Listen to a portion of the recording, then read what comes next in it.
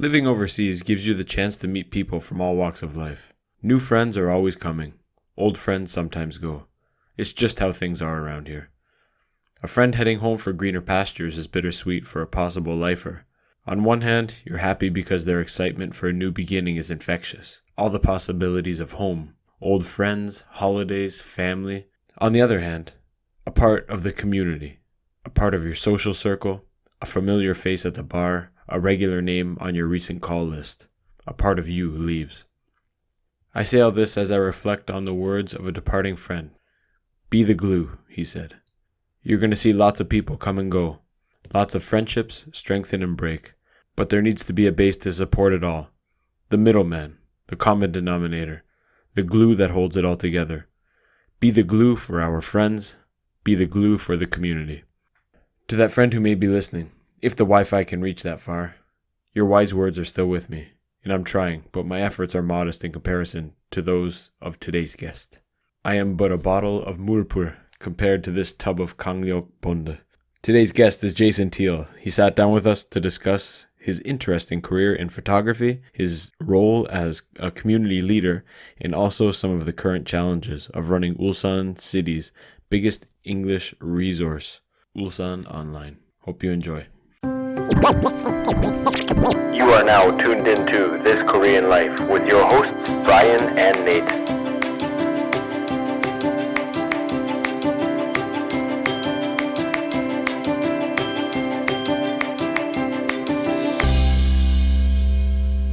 All right, here we go. Welcome back to another episode of This Korean Life. Today joining us is the one and only Ulsan Online photographer extraordinaire, Jason Teale. Welcome, my man. Thank you for having me. No problem. It's again, we tried to do this months ago, but got torpedoed by the Rona. But we're here today.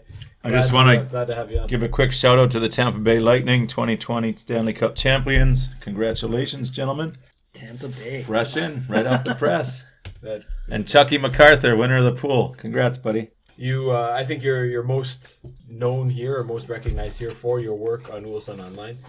Yeah, why don't you give us maybe a brief history of its or give us its genesis story and where it is today. Well, I think for Ulsan Online, you've got to jump back probably to about 2003, and that's where we had the Ulsan pair. And I'm not sure, were you guys here in 2003? Yep. You were. 2007 I came. Didn't Dano start something before the pair and then it became the pair? No. It was kind of he's in this story somewhere, right? Yeah, he was a little bit after. I remember he's in this story somehow. Okay. So, Ulsan Poutine? Yeah, probably.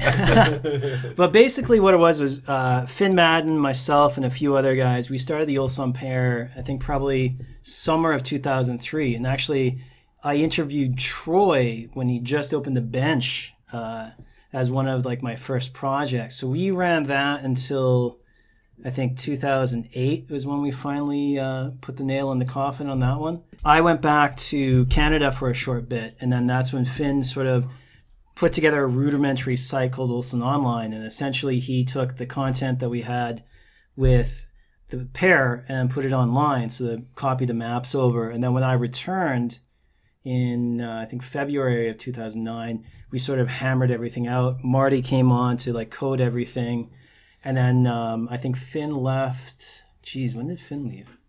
Sometime a few years after that, he passed it on to D. D worked on it for a while, and then 2014 was when I came on, and then sort of by that time the site itself was really showing its age, and we had about I think just over 3,000 members on the Facebook group, because the Facebook group was started December 9th, 2011. So it was slowly growing. And then I invested a chunk of money to get it back up and running, to get the malware off of it. And then I think now we're pretty close to almost 10,000 members at the moment in time. Nice. And then the site is due for an overhaul, which I've got to figure out somehow to do as well. I remember talking with co-teachers probably 2007 or 8 and thinking we really need a website for the city. There's lots of foreigners, and that's when the EPIC program began. Yeah. And I thought, oh man, a website would be great. And just Googled Ulsan Online came up, and I went, look at this. And at first it was garbage. It was just movie, the the purple movie listings, and maybe a couple bus routes. And I thought, Yeah. I could do better than this. That's all that was in Ulsan at that time. Yeah. There wasn't much going on here then. I thought, I could do better than this, but obviously I had no idea about coding or anything. But it really took off from there, man. That's awesome. Yeah, I think 10,000 users. How many of those do you think are active these days?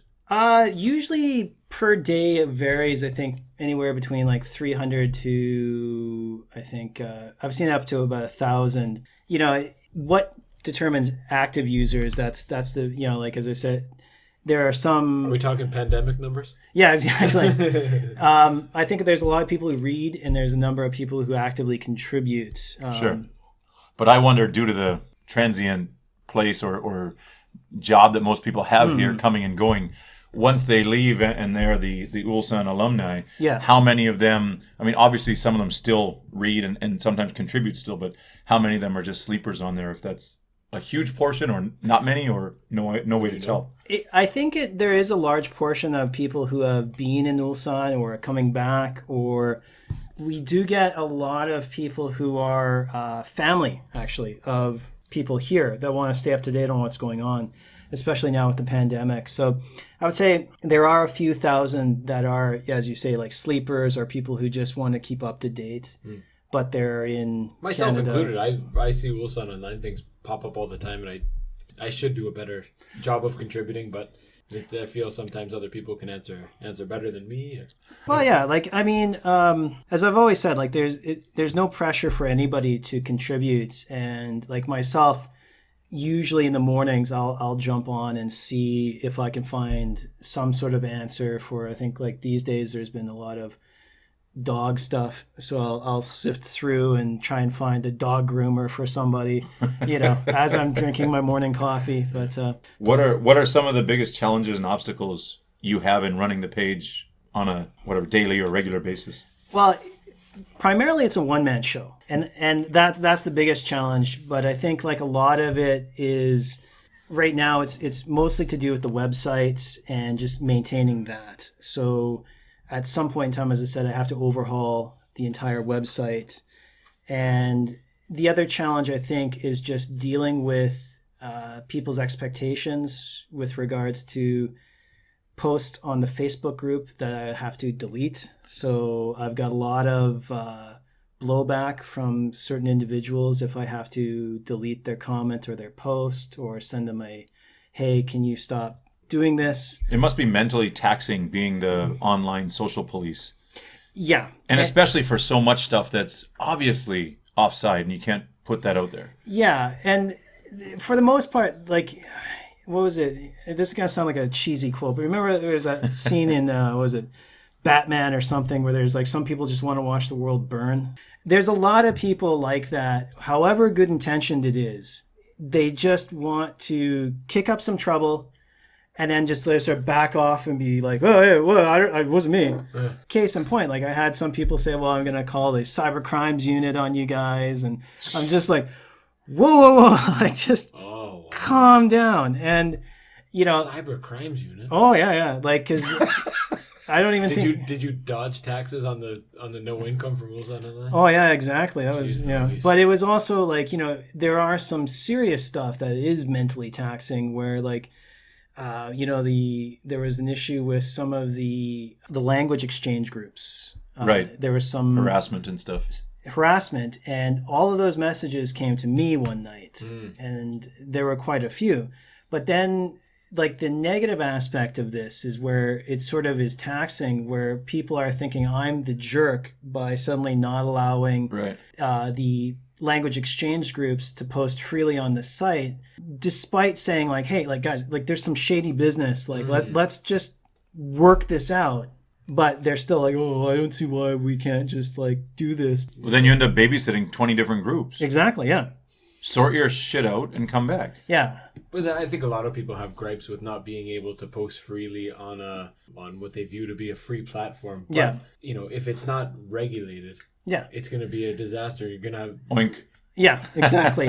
It just spirals out of control, man. Well, the big thing here is that like I've like over the last like 6 years, I've tried to like gently steer away from the oink style groups into something where we have now, where people can come here and say, like, look, I can't find sage, and and not have a bunch of people like giving them the finger or mocking them, where there's actually people who are giving, like, well, if you go to Home Plus and you go to the spice section, you'll find the sage. You'll find Jason Teale with his stick. That was my first thought when I saw that comment. It's kind of funny. I imagined like a cloaked man with like a glowing green ball on top of a stick. But it's changed so much from when we've come, right? I mean, like, and we'll always say, and it's not better or worse. It's just different. And I can appreciate both eras or generations, but we used to run across the street and high five the only other guy in the city when we'd see him. And, we used to take the bus to Daegu to buy cheese. Yeah. Because we figured out how to do it, and that's how you do it. We had to go to Costco in Daegu. But now, it's there's so many petty requests, and where can I... Hey, come on, do a search. Don't be so lazy. Well, come on. Like we've... think about like the stuff that you guys have done... with the sports teams and stuff like that. And, when we did, like, the whole reason the pair started, and I remember motorcycle rally, was it? Yeah, it was like we did a motorcycle rally, but a lot of times what it was you would meet this, like, foreigner that had been put out in, like, Zhongja somewhere. And they're like, they just came into Mugadong, and they're like, another foreigner. Yeah. Nikki B. Yeah, exactly. Where are you? Bangojin, where's that? Exactly. And, they're like, how do I do the garbage bags? Like this old lady keeps yelling at me every time I put my garbage bags out. She keeps, and that's when we started like putting together the newspaper and trying to get all this stuff done. But I think now there's that sense of entitlement where like I sort of noticed it with my wife is an English teacher, and some of her co-teachers. It's just like, well, why isn't this done for me? It's like, kid, you flew in here the other day, hit the ground running. It seems like a pretty thankless job. What inspires you? What drives you to persist and to press on when it's more hassle and flack than appreciation? Well, I think it's just there's that sense of, I don't know, I wouldn't call it a duty, but it's just sort of, I've been doing this for so long. It's just been a thing that I do, and it's not done well all the time. Like sometimes it's there's room for improvement, but it's just like the other day. Like I did the recent article on the apps. Now, that's been sitting on the back burner for a while, but it's one of these things where I just feel that it has to be put out there. And then with the stuff on the Facebook group, it's one of these things where, as I said, I'm just sitting with my morning coffee. I know this answer, or I can easily find it. Somebody's obviously stressing about it. So, you need that sage. So I should put more questions on there? You got that much time? I got a lot of questions. Well, it might be. You could probably ask you the same thing for WeHope. What, like, you make almost nothing. You continue to almost nothing. I lose. Yeah, I know. You make almost nothing. Come on, don't give the wrong impression. Yeah, so I'm minus. Where did Lamborghini come from? I'm minus. Nate got a tank of gas in 2014. I won't let him forget it. Okay, but in that case, I think we see it the same. That we see it as an opportunity to give back to the community, give back to society. We live here. Korea's been amazing to us with wives and kids and jobs and success. So in our eyes, do you see the Ulsan Online position, job, duties as volunteering and giving back to the community? Or I wrote some notes down before about monetizing not only that, but the photography and stuff. Do you see it as a volunteer position because you're not getting any money, or forced volunteer, or are you kind of joked that it hasn't been monetized yet? Or it's sort of that's a big question, but like I do feel, especially now that we sort of like haven't made any money, like every time my site fees come up, it's just like and especially with COVID, it's like, geez, okay, so it's the Ramyeon surprise night for that, and then but I think it's like with monetization and stuff like that, it's a slippery slope because you get into, when I first got on, I remember one guy told me, he's like, oh yeah, that's a cash cow.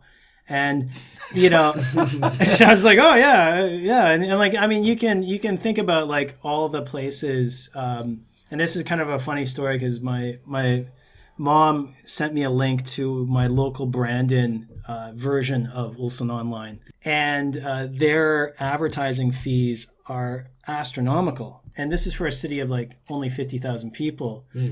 So immediately, like, but the majority of them speak the same language. Yeah.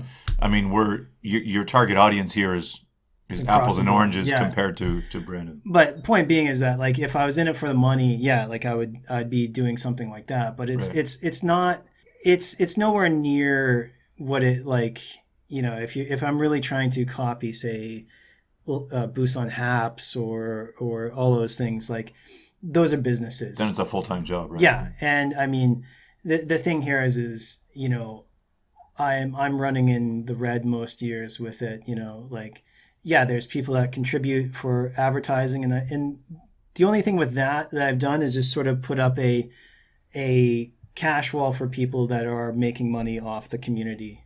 Because like I work hard to make sure that people aren't selling empty boxes of iPhones and stuff like that. So yeah, so if people want to advertise legitimately, then they go through the channels, and that's where it goes, and it helps me, say update the site or something. Would you ever consider making? I mean, Haps is a welcome addition to the southern part of the country. Yeah. I mean, it's a great resource for a lot of people. I don't know how popular it is, but every time I go on there, I find something useful. Would you ever consider? I mean, Ulsan's a lot smaller city. We don't have the arts and the culture and the sports teams like they do. Yeah. The beach popularity that they do. Would you ever consider doing it like that or taking it to the next level? If there was a solid, I think, demand where it was worth the time, like if there was like a team of people, and again we've talked about like approaching the city for this, like, but as a one-man show or as it is now, I think it would be digging Ulsan Online's grave. To be honest, because if it ain't broke, don't fix it. And I think too, if you're not making money off it, you don't have to answer to anyone. Not everything's done to the best of your potential. You don't always have time to do it. Yeah. But if you're that's part of it. That's part of it. You don't have to be held accountable or responsible that it's not exactly how it should, because it's not a full-time job. It's been running since 2003. What's the current direction of the site and page, and ideally, where do you want to see it in 2 years' time? Okay, well, basically what I'm gearing the page for is we're kind of, because like things have changed. Like as I talked about, like with the readers of the newspaper back in the day, like you guys remember, it was pretty much in every bar and people read it. But and the only English thing to read in town. Yeah, and then blogs came out. And then that's where it tanked. And then when the height of Ulsan Online was there was because if you search something, it was a website. And then now we have Facebook groups. You have, certain groups that are, 40,000 members strong in Korea. Right. So what I'm gearing the page itself towards is more the people who are coming in. So when they get in, there's a page that they can say, like, when they get into their house and be like, what is this panel on my wall? I've never seen this heating system. Oh, there's a diagram here. Okay. And so that's why if you go on the page now, you'll see a start here little button. And that's putting all of those kinds of like, how do you do the garbage, or how do you get your driver's license is the next one we're working on. I used to just throw the regular black bags out, and people used to hang them back on my door. And one time they brought 2 bags up, so the next day I left my girlfriend outside. But I used to do like the ninja, like, I'd wait until like a car goes by, dive roll, I used to walk down the street to his place to drop off some of my stuff. Hanging them on the door, right? This guy left a couch out front of my house one day. I got burned a few months ago, and my wife scolded me for a week. She got called. I had put, they come around and pick up the cardboard regularly. The grandma and grandpas, that's their pension plan is the recycling. Exactly. They have the carts. They come around and pick up the cardboard. So we know that our recycling in our apartment complex is only once a week, or once every 2 weeks. Second and fourth Thursdays. So if it's in between that, and you have a lot of, the apartments aren't that big. I don't have room for all that crap. If I make a Costco run, or it's Christmas or whatever, and I have that middle of the recycling time garbage, then I can just put it in a box. It's all folded. It's all whatever nicely. Put it outside, and it'll be gone within an hour. Somebody will pick it up within an hour.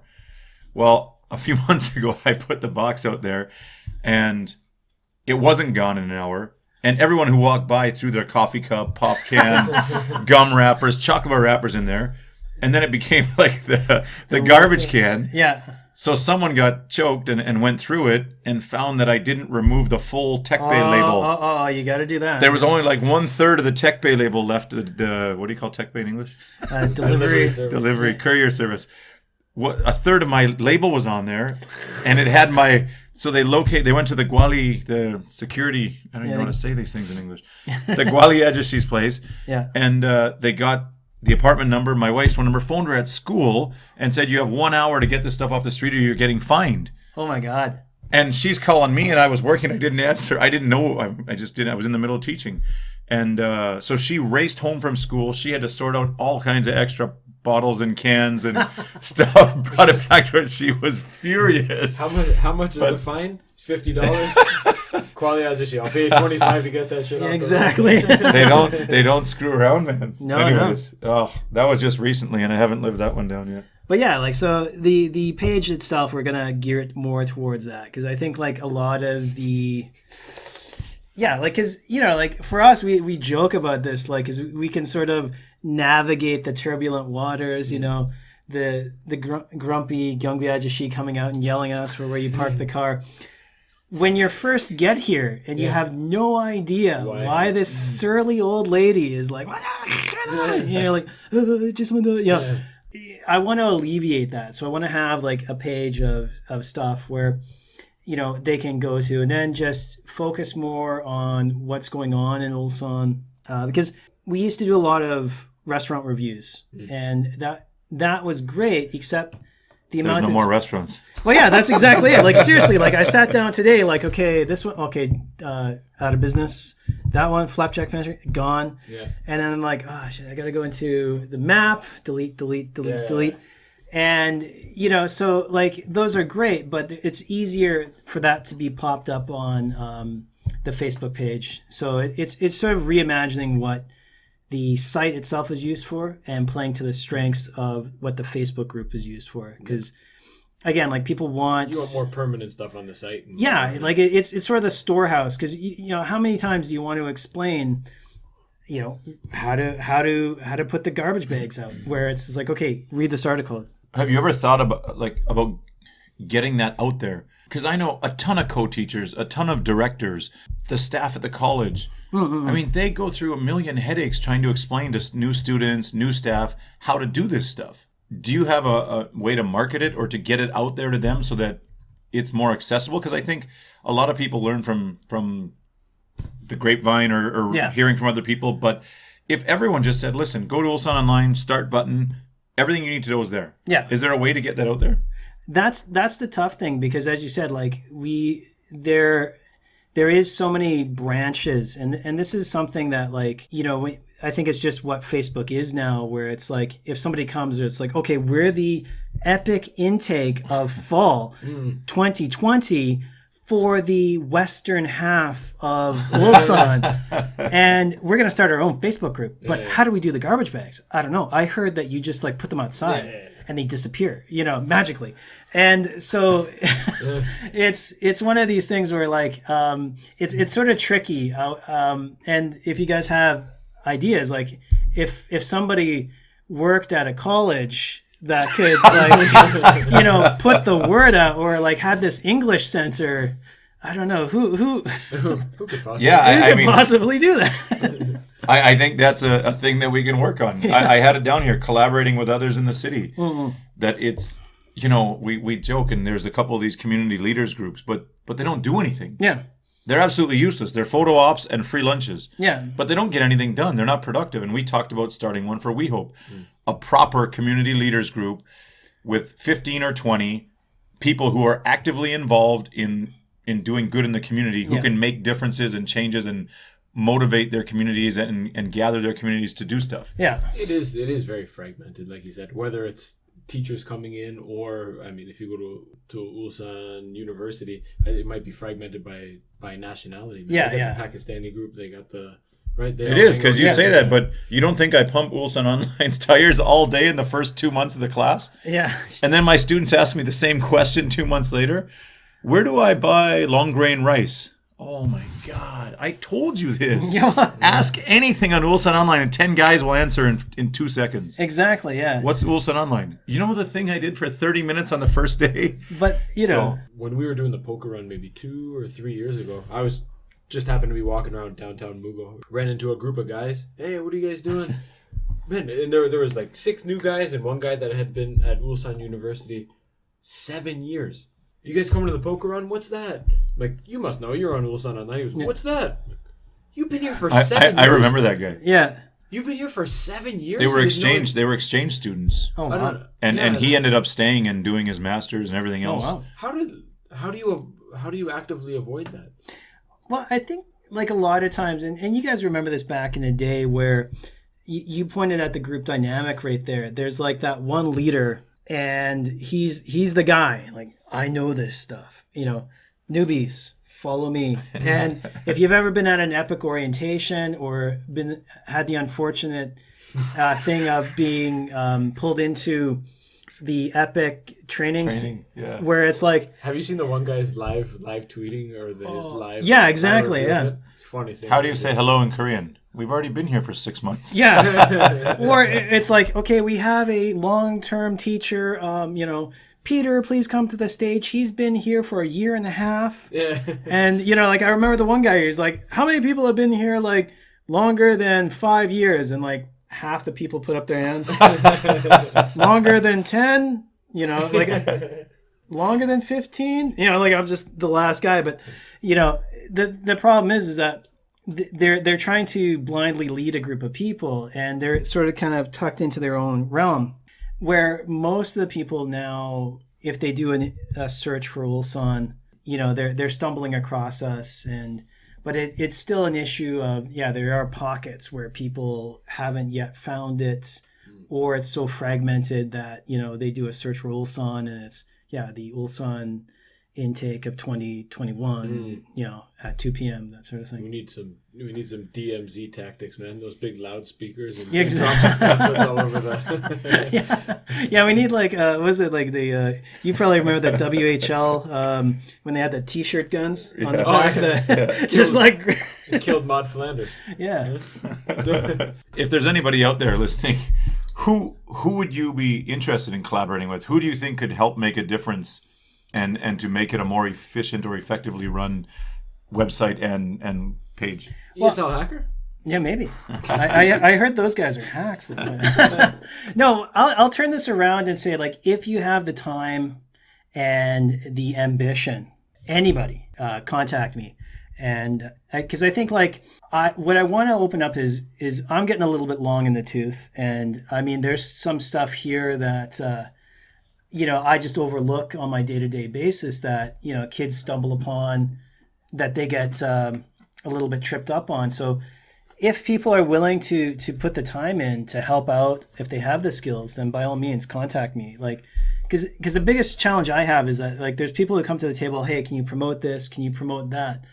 But there's never any sort of I can help you by doing this. Like your site looks like a piece of garbage. That's what I was gonna say. Talk is cheap. There's a lot of people who can criticize and who can say, I can do that, I can do it better, but stepping up and doing it is different. Well, a good example, I had a guy many years ago who was calling me out for promoting, I think, the Whale Festival or something like that. I had just actually had lunch with the vice mayor who was actively promoting this and stuff like that. But then I said, well, like, this is a part of Ulsan's tradition, yada, yada, yada. But if you want to promote veganism, I'm not a vegan. So if you can help the community by writing an article or something. And it was just crickets. Like, he's calling me out for not being sensitive to that particular community. But then when I say, well, can you help? Because I don't know. Not a chance.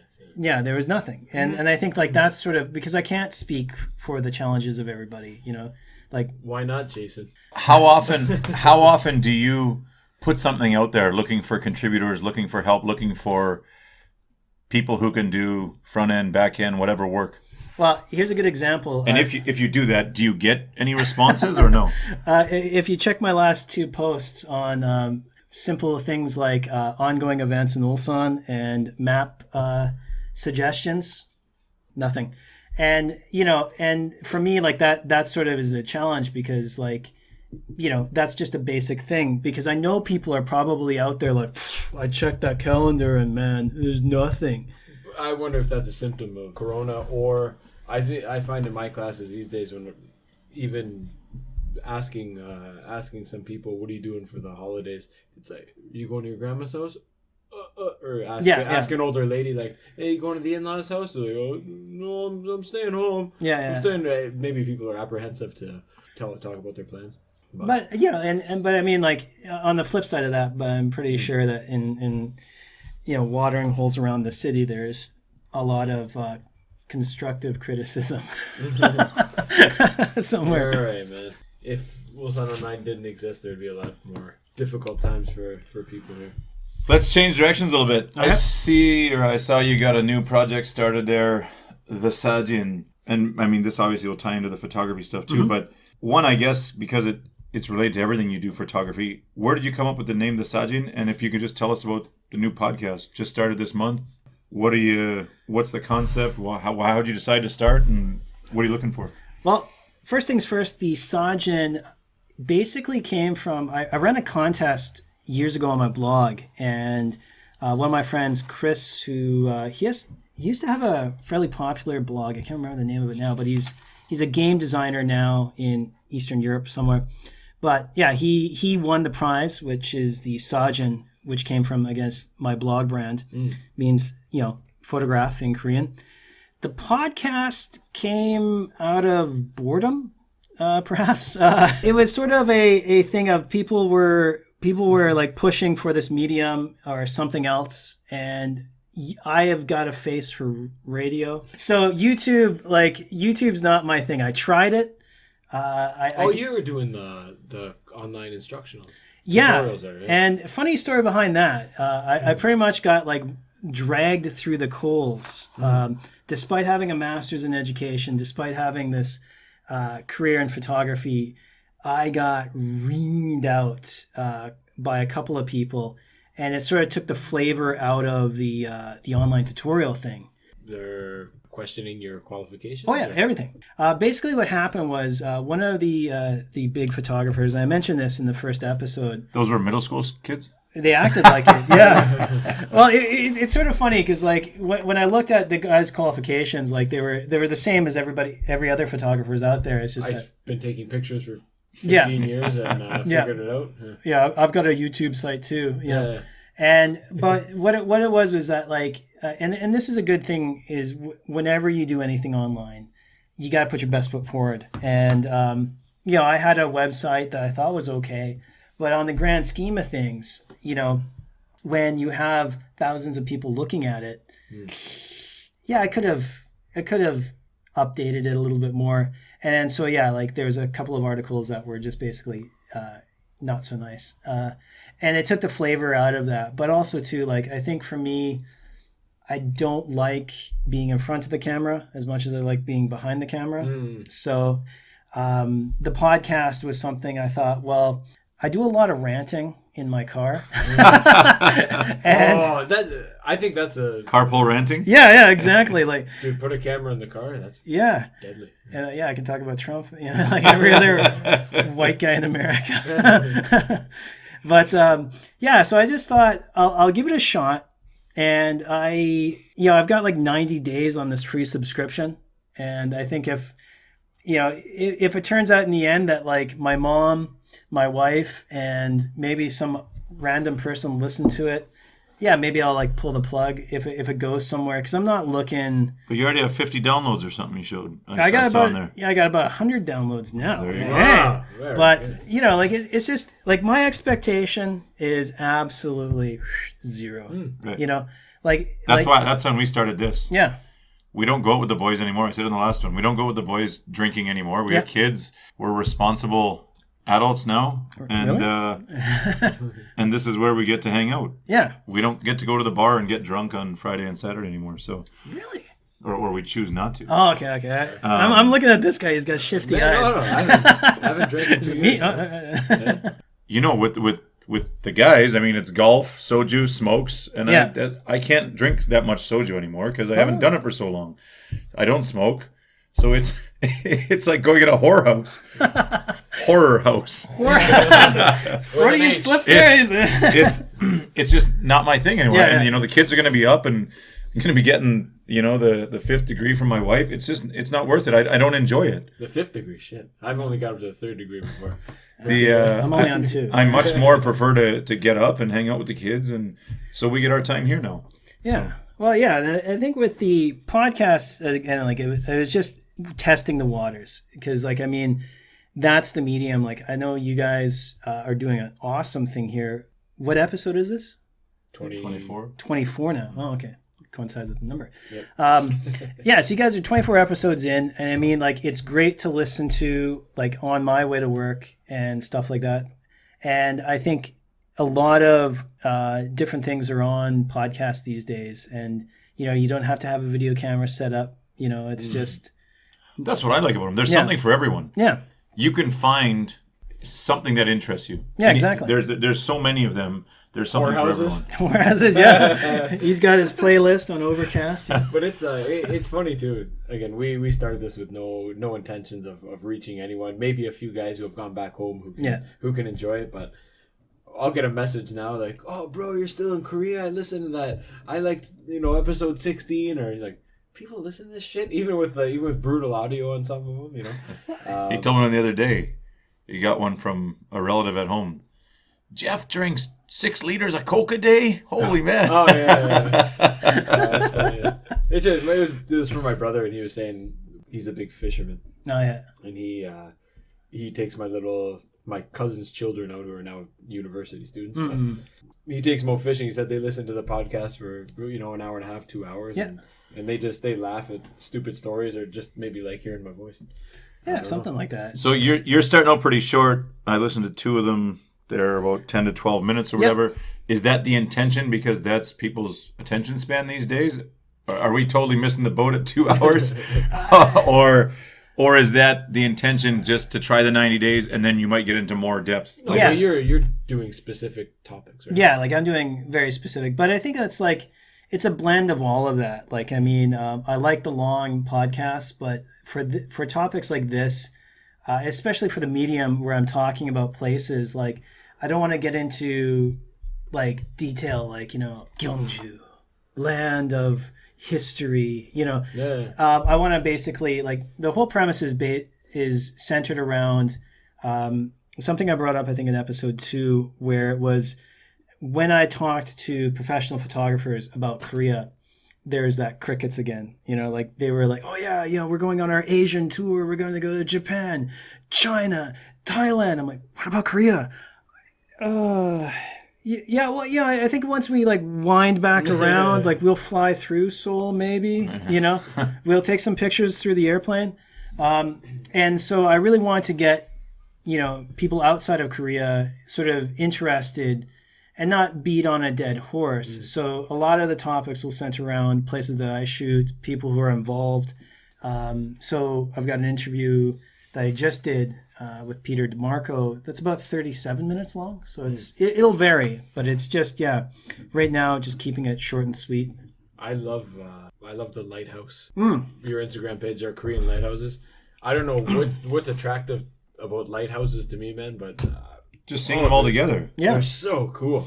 They're so cool. Even power in numbers. Before, the dragon one. Yeah. Oh, the Pez dispenser. It looks like a Pez dispenser. Yeah. So cool. Back to your other one about getting people to hit Korea on the way through. Don't you think it's evolved a lot now, and it's a lot easier now? I mean, before the tourists were the same. Tokyo, maybe something. In the west, come down Hiroshima, whatever, skip over here straight to Beijing, Shanghai, Hong Kong, whatever. Yeah. But I mean, thanks to BTS and a lot of the guys before them that paved the road, and Samsung and Yoo Hyun Jin and all these guys. I mean, man, when we came to Korea, it was It was obsolete. Nobody knew about it. Yeah. And now, I mean, I think it's more attractive than both Japan and China at the moment. Oh yeah. Not just Corona, but I mean the last few years. I mean, it's really evolved, and Samsung, Hyundai, LG, they've all done their part to. 50 cases today, by the way. That was an update for today. 50 cases. Yeah, we're dropping. Calm before the storm, though. But, Yeah.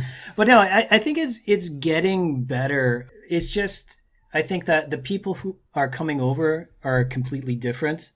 So, like, I was just telling my wife about this, how I feel that, like, a lot of the kids that are coming now for BTS, like, I'm getting a lot of inquiries, from people who have studied Korean before they came. Right. And it's still, though, it's like it's a low point for the travel photography, which is it's climbing up more. Right. But it's a good example is last year at this time I went to Tokyo. I was on like a super secret mission because if my mother-in-law found out, she'd probably skin me alive, skipping Chuseok and going to. Okay. So, but I think my tickets were 35,000 won for Tokyo. Oh, no way. Oh yeah, it was $10 to Osaka.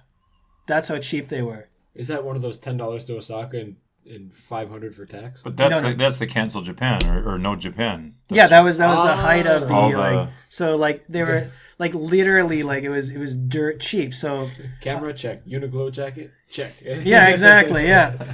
And so when I went over there and got the shots that I was trying to get for like so long, like a lot of the touristy shots, like, I could go up to Seoul, shoot Dongdaemun Plaza, the gates, Gyeongbokgung, and they do all right. Like, but it was because everybody is still so focused on Japan. Right. So it's sort of like it's climbing up a little bit more, but I think it's still got a fair ways to go to be like an actual destination. But For photography. yeah. And I think though that You're not at the ground level, man. yeah. You gotta pave that, make that foundation, dude. Well, I think it's like I've got to hand out huge props to the Seoul Tourism Board and stuff like that because they've been for years they've been doing backflips.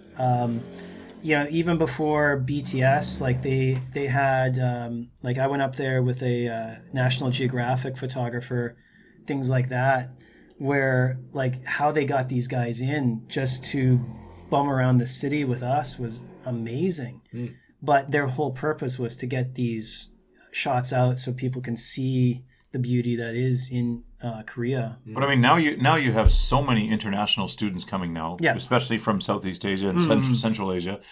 But there's a lot of people coming here to learn how to cook Korean food. Oh yeah. And to meet the K-pop industry. Oh yeah. And I mean, that never existed 10 years ago. I mean, it was Not just at all. kimchi. Yeah. There was nothing else. It was just kimchi.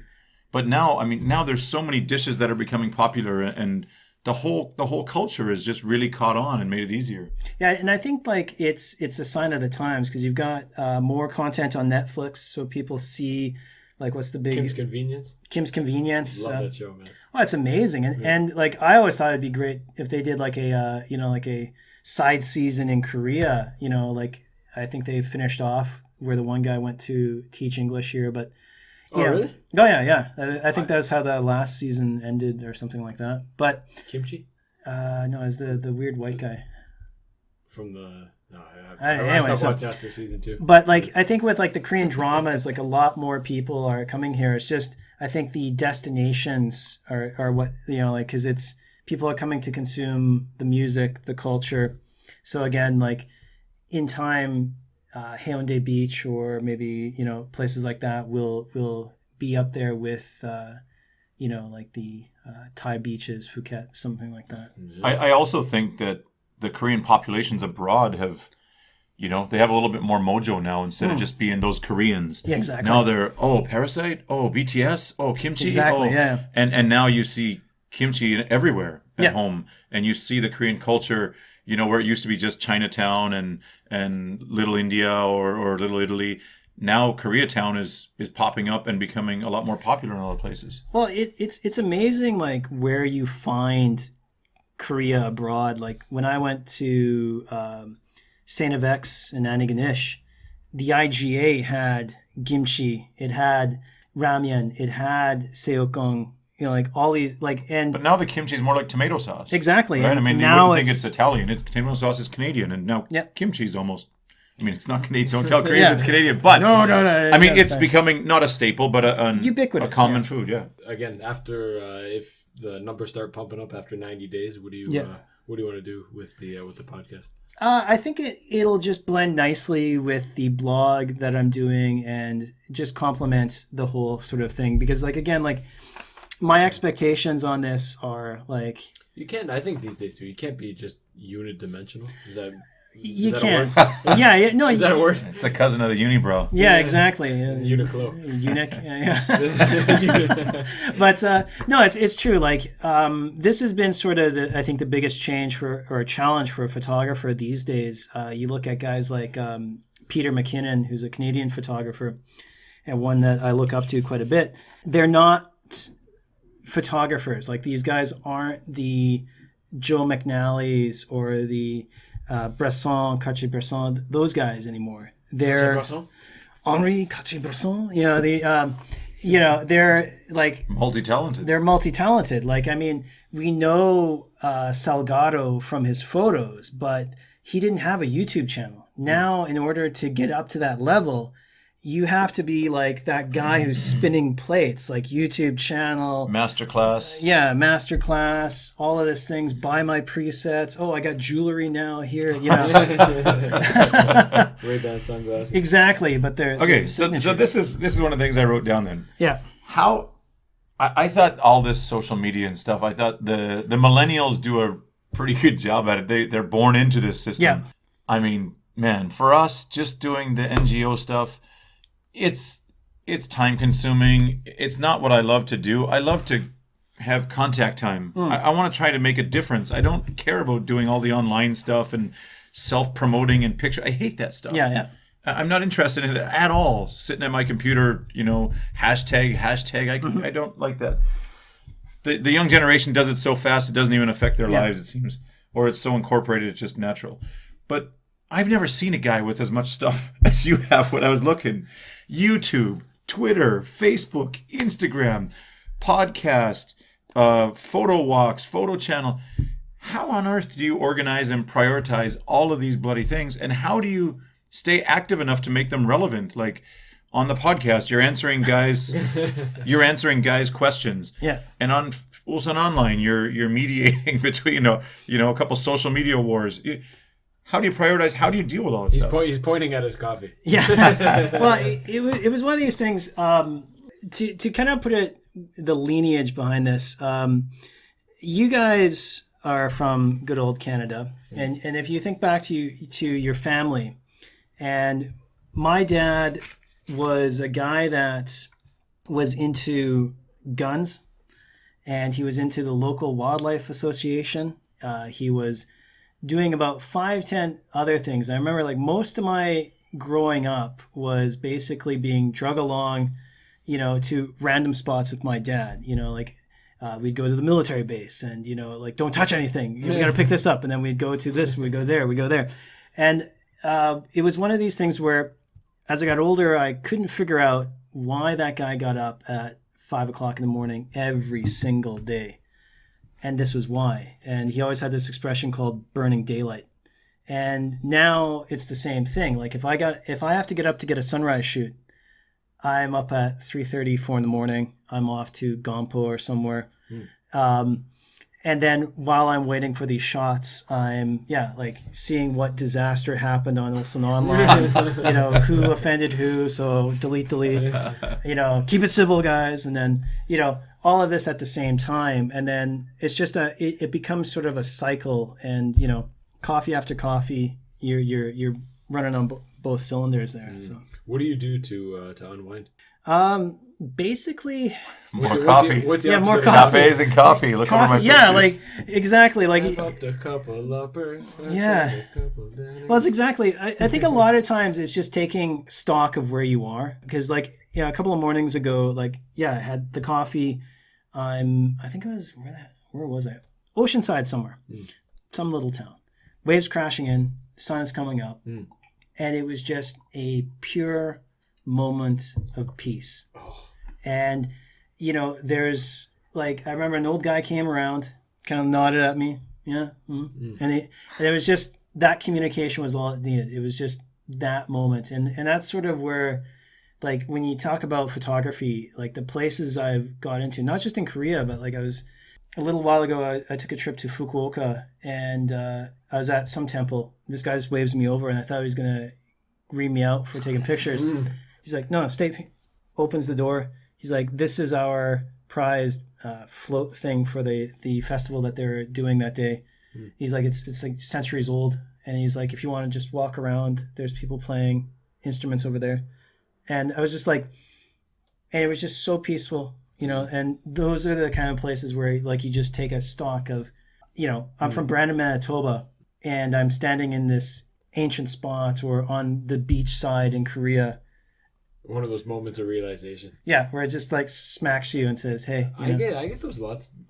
I used to write a small journal when I took morning bike rides, and I first got my bike. It was pretty exciting, man, to see sun come up and go down. One of my favorite things is watching the smoke come off the Teale River. Yeah. Oh, man. Just sometimes, again, the sun's coming up, you're just like, oh, how did I get here? Yeah. Another funny moment of realization. 2007, getting my first, doing my first visa run in Japan, just spent all the money at a bar that they give you to go over there. Yeah. And just taking a leak in a bar in Japan, just going, what? How did I get here? What am I doing? Hey, look at this Canadian boy out in the middle of nowhere. My first visa run, I ran out of money because they overshot my, they were supposed to be 2 days. Yeah. But they saved money by flying me home on Monday and didn't tell me until I got to, like, basically the airport. And they also didn't pay me. So I had basically like a handful of money. So I actually ended up sleeping on a park bench. Oh, nice. And yeah, it was like that morning where I like woke up, it's just beautiful, but it was just like your head is just spinning as you're in this like random city. That was quite the adventure. What is that you mentioned Manitoba there? What is the chance that we are living in the same city in South Korea?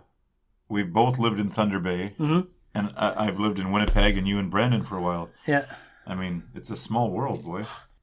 Three places and two guys meeting in the middle of nowhere in South Korea. It's such an odd thing when I stumble across that, because like the amount of times where I've had this exact thing, and when I think we first got here, it happened like so many times, like where I'll see like a lakehead patch, and I'll be like, "Hey, are you?" And then a guy will turn around and be like, "JT."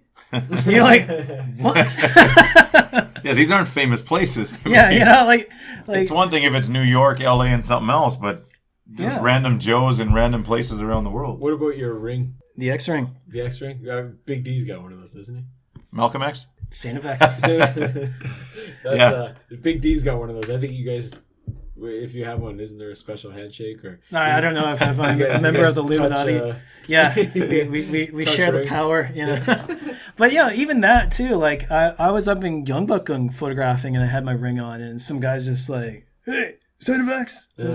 And for those that are listening, Saint of X is in like well, maybe you guys can help me with this, but Saint of X is in the tiniest town in the middle of nowhere in Nova Scotia. Good hockey team. Yep.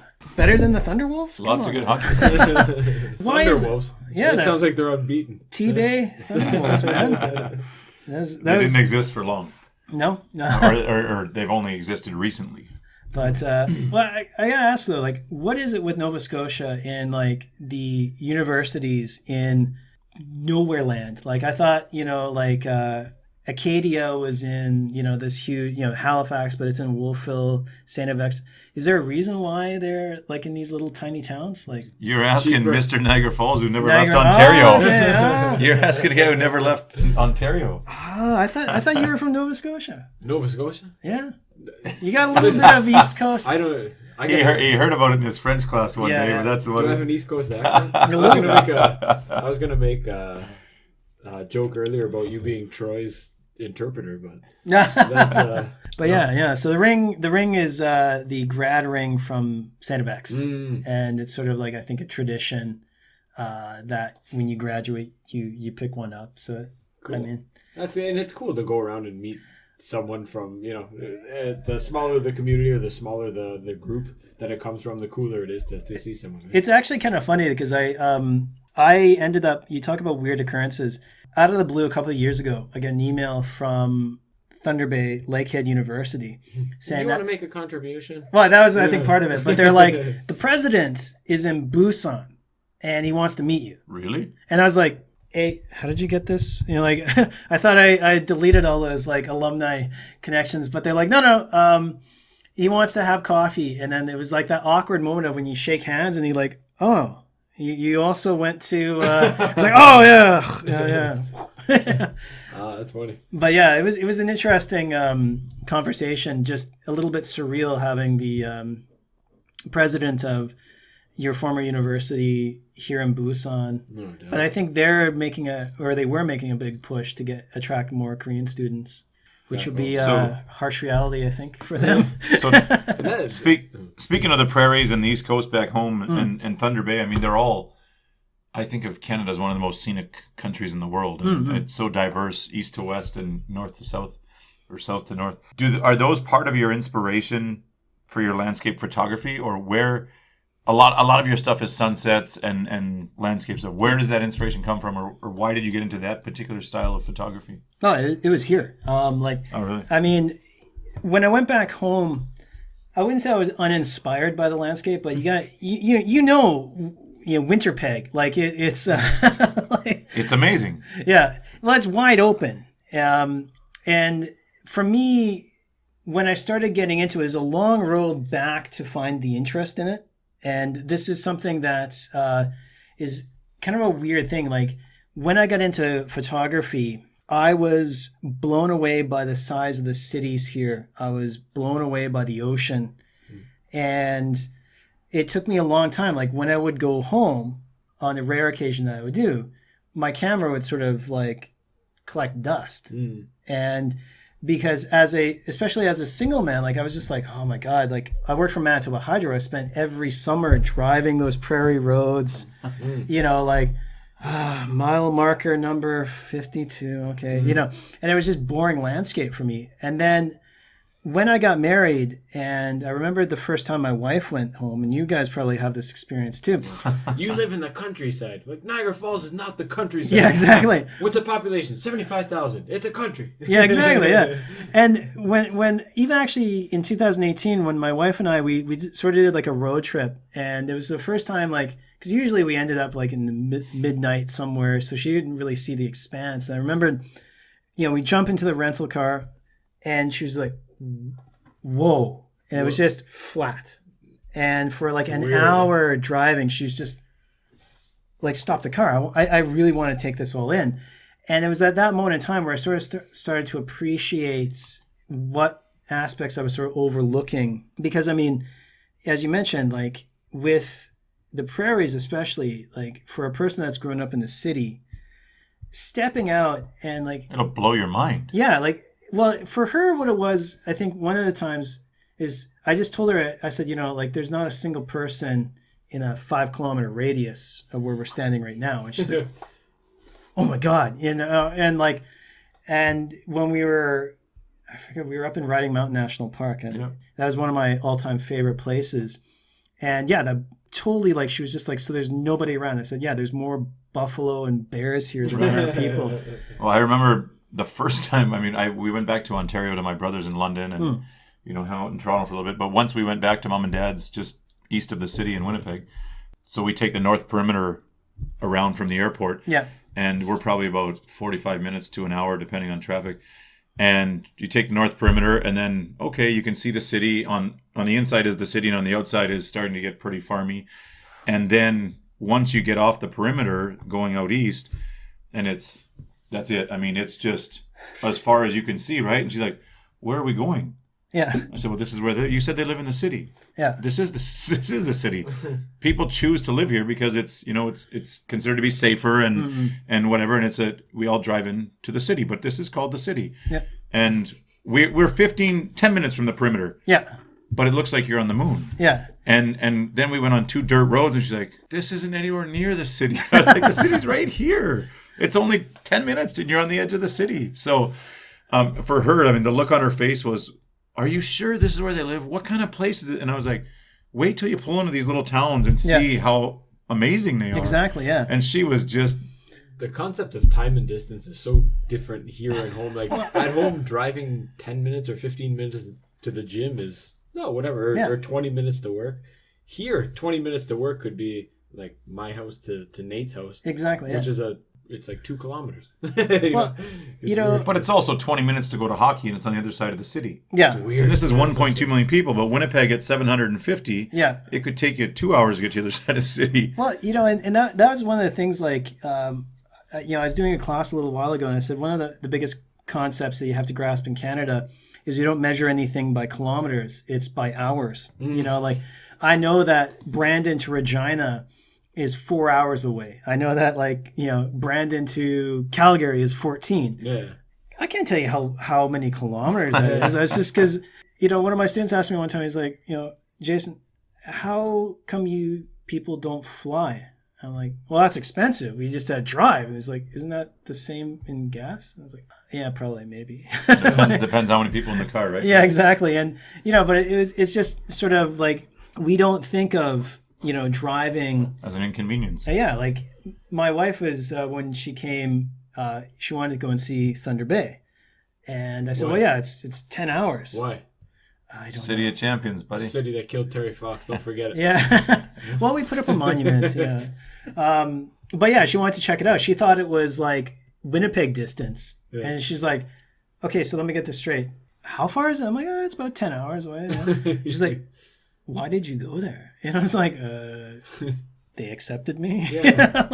I mentioned it on maybe a couple other ones, but yeah, bringing my in-laws there and driving from Calgary to Thunder Bay and stopping all along the way at aunts and uncles and people's places with my in-laws. I mean, we farm out at the farm here, and the combine is the size of this table. Yeah. And to see my uncle's combine at 30 meters. Yeah.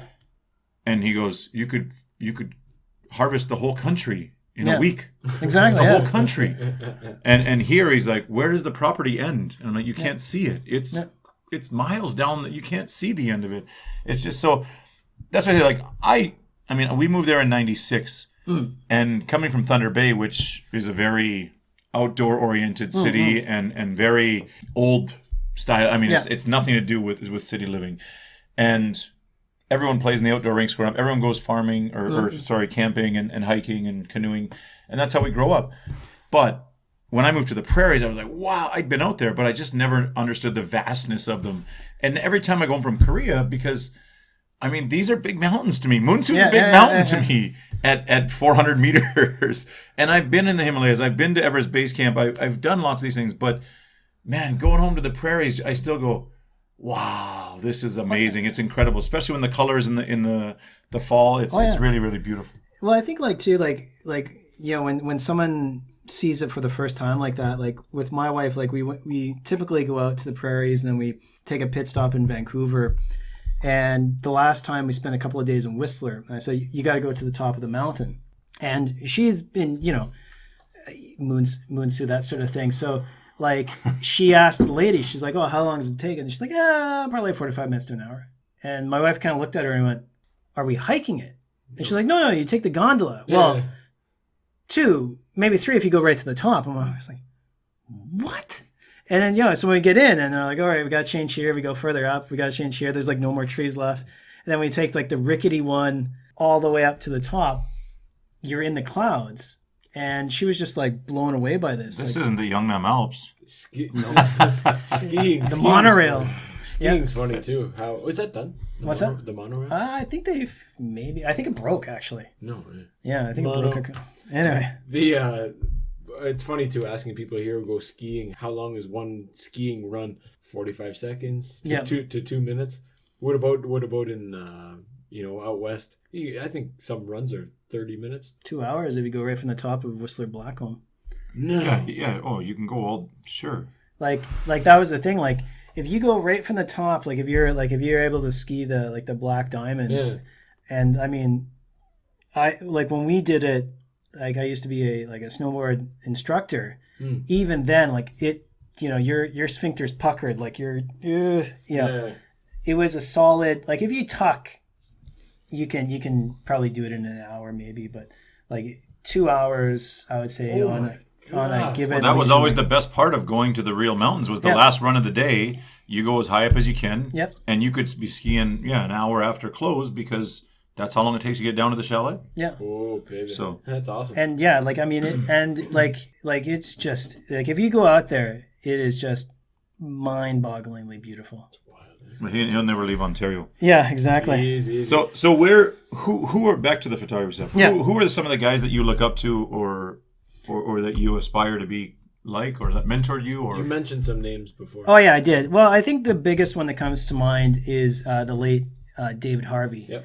And I credit him because he was a former Lakehead guy, so he got me to Ulsan. So like, I would say back in the day when I got my first student loan, like give us your money or die letter, I emailed him, and he's like, come to Ulsan. And so when I got here, he sorted me out, and then we got into photography, and then he was kind of the guy who, like, even when he was at Lakehead, like he was the guy that was doing the ice races. I'm not sure if you remember those on the Great Lakes. Crazy stuff. But so he mentored me, got me into the basics of photography, and he was actually quite a well-rounded photographer, and his brother was too, actually. So when we went back to Canada, we did like rally races and things like that. And so then, like, that's who I really looked up to. And again, like when I was published in National Geographic, like it was the biggest honor for me to sign his book, because he was like when you meet those people, there's like the people that, oh, that's a nice photo, I could do better, but and then there's those people who like they're really like they know what it takes to do that. Genuine people. So yeah, like that was actually the last time, like I signed that in the summer when I went back to St. X, and then the following December he passed away. Yeah. So Having him pass away, did that affect your life? Does that usually if someone gets a diagnosis or passed away, I said earlier, the veil is kind of pulled back, and you can see your path a little clearer. What has it done? How has it influenced you? Well, I think like for me it was like someone putting a shotgun to your chest and is pulling the trigger. Like it just gutted me. Absolutely. And I think that it was one of those things where we live in a bubble here, especially in South Korea, and a lot of the teachers and students here do, where it's amazing. We can jump over to Japan and we can do this and do that. And, for a while the money's good, like you have an apartment, everything is taken care of. And it was that moment where like someone just like yanked the carpet and you realize that cancer is real. You can die. In a moment, like Dave got cancer in May and he was gone by December. And it was a fast acting, it was in his pancreas and then it got into his liver. And, again, like when we talk about the differences, like Canadian Medicare, he was taken care of, but they couldn't stop that. And so that for me, as an older expat, you kind of step back and say like, oh, okay, I'm not 23 anymore. I can't. No longer invisible. Yeah. Invincible, yeah. But yeah, like, so bad things are going to happen. And I think that like, it was at that moment in time too, where I went to the school I was working at and I said like, I need to go home. I've got, a close friend that passed away. And they said, well, as a direct family member. Well, kind of. And I said, well, it's close enough. And they're like, well, like, is there a family document? Because, and then, there was that whole thing of trying to find a replacement. And by the time everything got sorted out, they were like, no, we've already had the ceremony. You're too late. And that was sort of the thing where like, the please understand our unique situation. You can't go home to bury your friend. Godless. Yeah, and that was also sort of like where you realize sort of the seriousness of being an expat here, versus Al had a similar situation, I think, with a very close friend that he lived with, he went to school with, and it was even after being at his school for 8 years or 10 years, it was still very difficult, even with a super flexible schedule for him to take off. Well, that was the thing. Like, I mean, I'd known Dave since I was in my second year of university. He recruited you. Yeah, but even like when I had a grandparent die, like that was the first thing. Like when I had a grandparent die, I remember going to my Hagwon and I'd written out the Korean, and so I went to my director and I was like, okay, Mrs. Kim, 네 할아버지에게. And she's like, yeah. 돌아가셨어요. Yeah. She's like, 집에 가고 싶어요. And I was like, I'm hacking through this, and she's just like, no, impossible, and goes back to her like online game. And I'm just like, godless. And so I came back and I said, no, like I'm not practicing my Korean here. This wasn't my homework. My like dead, man. And so what happened is like she's like, okay, but you're fired. And like I was just like, it's funny. Yeah. It's funny now, but it's not funny at the time. Oh no, yeah, it was just like it's funny because of how crazy it is and how unsympathetic, unempathetic it is. Your grandfather died. How dare you somewhat slightly impact my very small but that one of 25 students. But that's not even the full scope, because for the Koreans, like if a direct family member dies, you get 2 days. Yeah. If it's your dad, you get 3 days. If it's your mom, you get 1 day. Yeah. If it's because of how the system works. Yeah. And if it's your grandpa, you get this, and grandma. But like I remember thinking, if my sister dies, I get 1 day. But if my dad dies, I get 3 days. And I was like, how do you put amount of days on each person? Well, exactly. I mean, isn't it how closely we're connected? Like, if I was raised by my grandparents and my parents weren't around, then wouldn't that make them my parents and be equal to the same amount of days? Please understand our unique situation. Oh, man. But, like the worst part about that particular Hagwon too, one of the other teachers took 2 separate honeymoons. So like after that death, I had to cover this Jeez. Like ladies like, oh, where is she? Oh, she's on her second honeymoon. What? And they're like, oh, well, like she stayed in Korea and went to Jeju, but now she's going to, international. I'm like, but you also know, like in my wife's situation, if my father is ill or on his last legs, my wife can get granted time off to go and take care of him. Mm-mm. He's in Canada, but the rule applies to everyone, right? And she can get time off to go and take care of my father because that's traditionally what the daughter-in-law did. And I thought, that's incredible that still exists. Like, well, and I think like that's sort of the tricky thing, like where we sort of, and that's where I realized when Dave passed was like we're sort of in between. Like we've been here a long time, we know the system, but you're still sort of lumped into that you're a commodity, and as you said, like how dare you inconvenience, and that's sort of the challenge. I don't think it's unique to us. I think that's the whole country, man. Everyone's, no one gets a special pass for. I mean, I'm not looking forward to a day where I'm supposed to go to the funeral home for 3 days and 2 nights and be up 24 hours serving drunk ajushis coming to say goodbye to my father-in-law. Been there. I mean, that's the other side of the coin. Yeah. I'm not looking forward to that either. Was there gambling at your father-in-law's one? The last 3 I've been to, there's been serious gambling. This one, like the only time we did it was just like it was just a lot of eating. So like I had no idea to just like sit here and they just like feed me. The last 2 or 3 I've been to in the last 2 years have been major gambling. In the corner. Yeah. It's interesting. Anyways, I wanted to ask you. Yeah. What is your learning curve, and for aspiring photographers? Like, I got a SLR camera. Mm-hmm. I like to take pictures, but I don't like doing all the editing. I don't want to sit on Photoshop or whatever. What is the learning curve for people who, everybody likes to have a good camera, and in Asia, everybody has a good camera, it seems. Mm-hmm. What is the learning curve for becoming not professional, but producing good work? And to add on to that, after you mentioned the National Geographic guys came and they did a spectacular job. for a seasoned veteran, what I consider you a seasoned veteran, what's the difference between you and the National Geographic guy? Okay. Made sense first.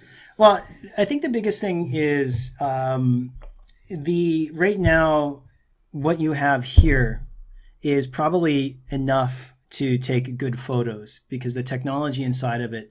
Because back in the day, like I've gone back and like I've got now like a collection of film cameras, and good God, man, like they're, like the amount of stuff that you have to keep in mind on a camera from the 1970s boggles my mind. And you guys remember, like your dad, all right, let's take a picture, and it was like nothing, right? Yeah. And now when you pull out your phone, you've got all this technology right there. So it's not about so much the editing and the photo and the like that. I think that's to another level when you're getting into sort of like magazine and travel stuff. What it is just the concept. And when I took out a lot of newcomers, they're trying to record the situation. And Right. what I tell a lot of people is, what's the story? Like, what is attracting you to this scene? Why do you want to photograph it? And so, like, say, going back to the prairies, like, if you're looking at a vast ocean of wheat, there's nothing there. But a trained photographer can say, well, yeah, but you see how, there's that slope in the landscape, and the wheat is sort of like swishing back and forth. I'm going to do a long exposure to get that movement. That's sort of what you need to train your eye on. And so, jumping into, say, like the tourism in Korea, you see a lot of photographers up in Seoul. They've got the big buildings. They've got that Blade Runner-esque thing because that's sort of what they see. And it really communicates well with people. So that's the thing, is like the concept, the story, doesn't matter what you're taking on. And kind of going into the National Geographic thing, the photographer's name was David Gutenfelder, and he was this extremely intense guy, mild-mannered kind of guy. But like when you asked him, like, what was your most like, impactful moment? He was like, December 16th, 1922. Oh no, he was like very calm, but like very like, we were embedded with the Marines and people were, dying around us, and you're just like, oh man, I was complaining about getting stuck. Yeah, exactly. Like, oh, my battery's died on my camera. But his thing was like, because people were always focused like, oh, you must have that like $10,000, Leica camera, that's what you see all the guys. He's like, is that what you use? And he's like, half the time, I use my phone. And I remember like everybody just went silent, and he's like, come on, guys. Like, if you've ever had to dry film, from the shaker canister out the window, I think he was in like Mogadishu or somewhere, as they're like trying to get on the plane, he's like, I can get it with my phone and I can send it off momentarily. And like he had like, I think just like a Sony camera, and his eye was like that sharp where it was like, we're photographing the same stuff. And I remembered he was just quietly like, click, what do you think? And I'm just like, God damn, that's like a cover shot. Oh, Jesus Christ, How am I not seeing this? Yeah, exactly. And like one of the times, like we were on the solo, that bridge thing, and I remembered he just said, like, just put this one element, like just learn to see this, like the human aspect of it. And when I took that shot, like it was amazing that like the difference was night and day just by the moving. And that again goes back to that story where like he can just see that. And it's again, like not about Photoshop. It's not about what editing software, what camera you have. Like too many people, I got to get the 24 to 70. The pissing contest. Yeah, and it's just like. Okay, but hold on. Yeah. Lots of your shots online are processed after the shot. Oh, every single one of them. Okay, so that's, I mean, I have a good camera, and I think, man, and I'm not as trained as you guys or whatever, I don't take it out that much, but I can take some good pictures, but they never look like, yours are all postcard shots. Yeah, well, again... And you say you don't need that stuff, but... You don't. When you look at National Geographic, I believe you're not allowed to. You're not allowed to, yeah. You can't do any of it. That's the thing, like I do it because that's my style. Like when I look at a sunrise, I don't want that like flat, like I want fucking fire. And that's what people want to see. Yeah. But I think when you buy the big camera, people think, okay, I got the big camera, now I can do it. Well, I think it's But the same. You can't, right? Like it's getting to the point where you can, but again, it's the same with developing film. Like when I got back into film, I thought, yeah, throw some Kodak in there or something and click away. And I talked to all these guys. Well, no, you got to use the Fuji, blah blah blah, and then you got to push process this to get that. And I was just like, what? Come again? And it's always been like that. But I think like the amount of time, because like, yeah, back in the day in your digital lab, you had to like tune everything and you'd spend 15 minutes. I think with my photos, maybe 2 minutes, just going through, bumping the levels up, moving stuff like. So from the sunset shots you take or whatever, waterfalls, whatever, 2 minutes and it's good to go? Pretty much so, yeah. Oh, really? I thought that was hours. Is that because the software is so much better now and the program is so much better? Or I think it's what you need to do, what you're looking at doing, because a lot of people think it's like you're adding in stuff, and all that I'm really doing is just sort of, it's like adding spice to your food. Just bringing out the colors more, featuring the... Because people think, oh yeah, that's so artificial. Like, no, I'm literally taking like normal and going, boop, and that's it. But it's just like the most I would do is bracket the images so that I've got the darks to the lights, and that will usually take a little bit of time, but maybe an extra minute now with the software. Right. And that's where... I was under the same impression. It takes 15, 20 minutes to do a picture. But that wasn't that long ago. Probably 5 years ago. Right, so okay. Yeah. Do you still do Flkcr? Flkcr, yeah, the cinemagraphs. Yeah, they've sort of shifted a little bit, but like I think that medium is widely underused.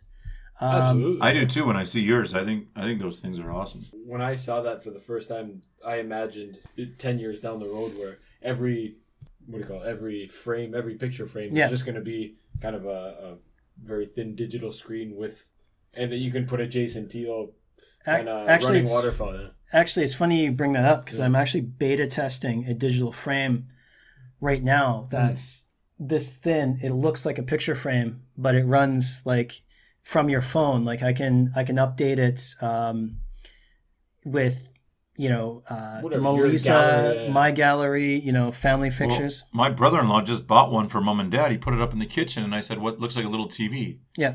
And I said, "What's that?" And he said, "Well, it's a picture frame. It's a digital picture frame. You can play music on it. You can whatever, and it's just connected to my phone, and I just fire whatever I want up there." Just a screen. Yeah, and like this one, like they've sort of made it sort of how can I put it? Like it's like it looks. You couldn't tell it was a screen if you like walked up to it, right?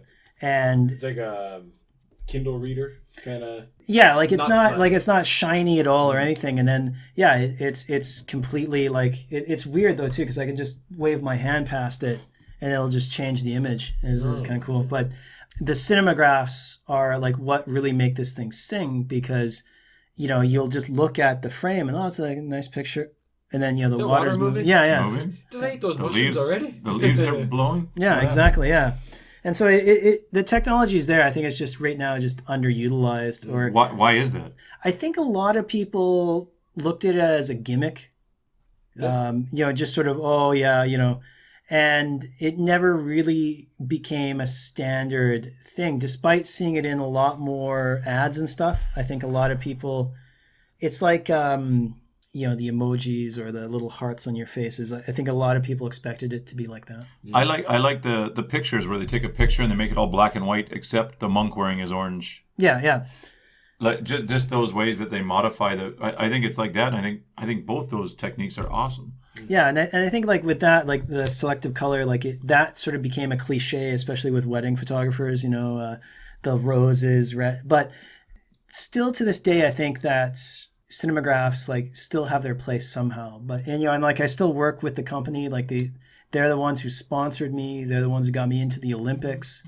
Your YouTube channel, right? Was about that cinemagraphs? No. Some of them, yeah. Like I did a couple of the tutorials on cinemagraphs. So and Flkcr is great. I think they started off as a Canadian company as well. So How long do you spend, or how much time is required for a seasoned guy like you to evolve with photography? Now I know you're into the drones, the cinemagraphs you're doing. As the software programs change, how long do you spend learning and improving or continual learning your I stuff? remember seeing Scott Rotzel start from zero. Yeah. And within a couple of years, Yeah. he was taking pictures, and I was like, whoa. Yeah. That you can see a. Oh, yeah. And I think like I still remember when Scott Rotzel came on a photo walk with me, and he was like, I just got this camera. Yeah. And I think it depends on what you're going for. Like, but I would say it takes years to sort of develop, but it's like a focus thing, because I know in guys, especially that have been in the photography area in the groups I've been in, that they're still stuck on that, like, record the scene. Why isn't my shot? Like, what did you get? And I think it's a lot to do with sort of when you're looking at it, what you're trying to get out of it. Because again, like, Photoshop is an amazing piece of software, but if you're looking at it from the aspect of, say, manipulating or doing 3D graphics or whatever, it's all about, like, how much time you're putting into sort of figuring out the ins and outs. That's any hobby, man. Just buying a camera isn't going to make you a super. So what about the drone then? You got the drone, and I mean, you must have tested it out, but Yeah. man, you start producing great stuff right away. Like, But, well, I think, like, for me, and again, like, that was the same thing. Like, I'd shifted my thing on that because I had got the drone because I kept getting kicked off of buildings here. Like, the amount of security guards that would come up. Just big ildong, Odi. Get out of here. Like, take your tripod with you, you lying bastard. And then so, like, I initially was like, oh, well, I can just set my drone up and just fly up. But then what I realized was that the video aspect of it, the perspective that it can gain, and also I have to credit the Korean people with this, because the biggest difference I noticed, specifically speaking with drones, is it might have changed with the recent Incheon incident, but a lot of people were very much appreciative of drone users and happy to see them flying, and there wasn't the suspicion. So you could fly your drone up, and no one's gonna be like, oh, you're taking my freedom, get that shotgun paw, What happened? it was when they started coming out at the Teale Side Park. They were annoying, buzzing over your head while you're walking through the flowers. And I would have knocked one down if I could. Yeah. I can't stand them. You're there, you're trying to enjoy the outdoors, whatever, and these 5 or 6 of them are bzzz. Yeah. At the Rose Festival opening ceremonies, when there's 4 or 5 way up there, I could care less. Yeah. But when you're out for a Sunday family walk at the park, I don't need those things buzzing all over my head. But I'll flip this around. How many radios and ajashis walking with their throat music?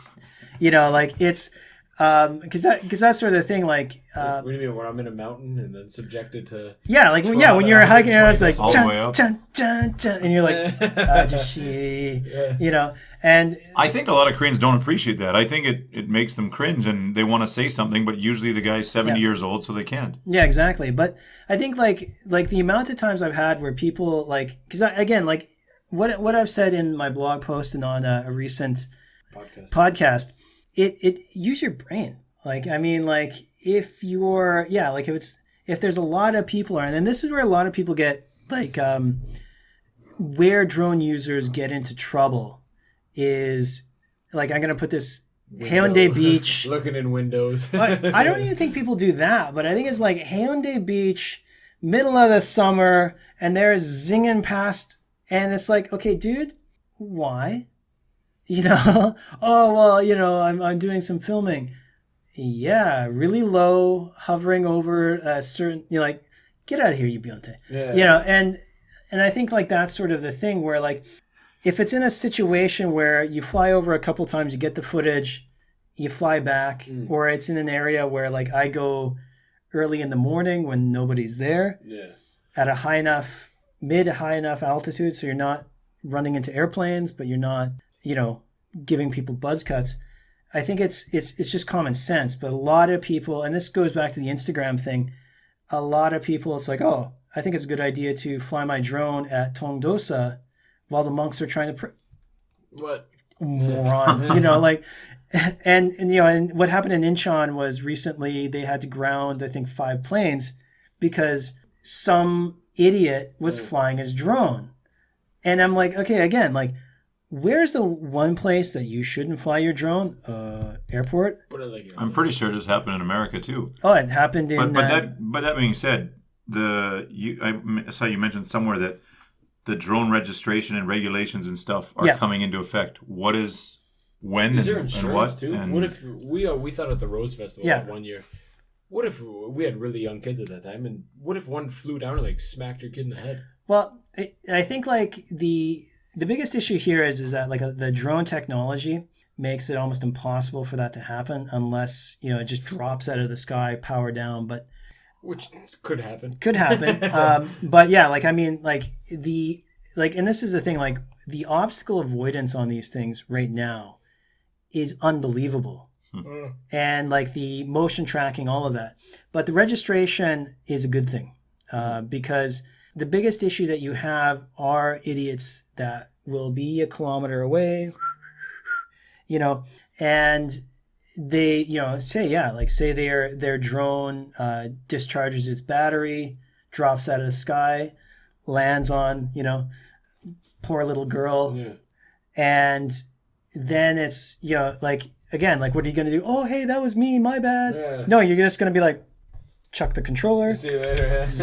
So yeah, I think that like you're gonna have to have the registration on your drone so that they can track it back to you and things like that. Is that gonna be classified by size or something? Like, surely, I mean, my daughter's learning to fly drones in the kindergarten. Yeah.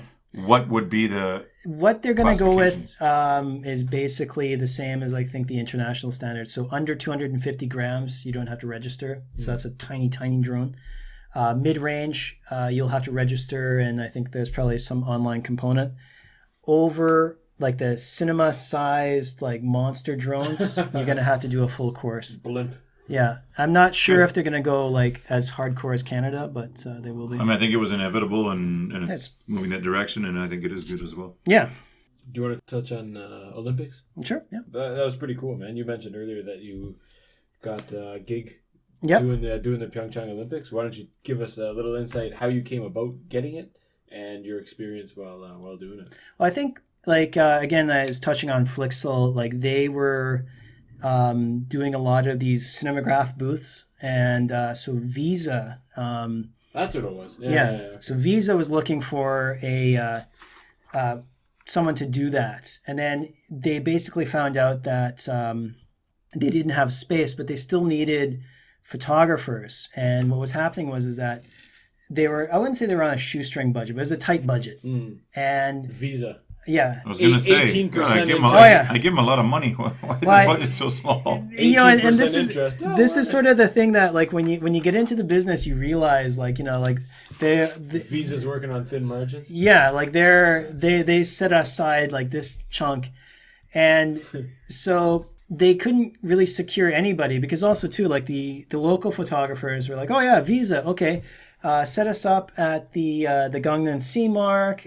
We want ocean view room and tickets to all the games, and they were just like, no, we just want you to show up and take pictures. Oh, screw you then.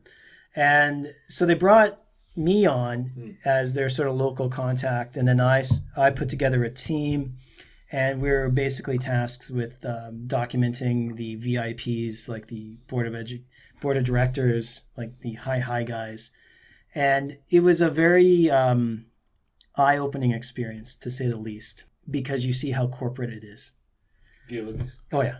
Like, you guys obviously went up, and you saw the Coca-Cola everywhere. Yeah. Sure. And you saw the Visa signs everywhere. I went skating on the Coca-Cola rink, and then they go, here's a little Coke to drink while you're doing it. And also noticed that Getty Images was in full copyrights of all of the games.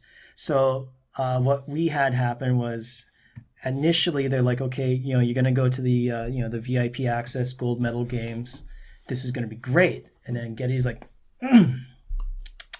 nope.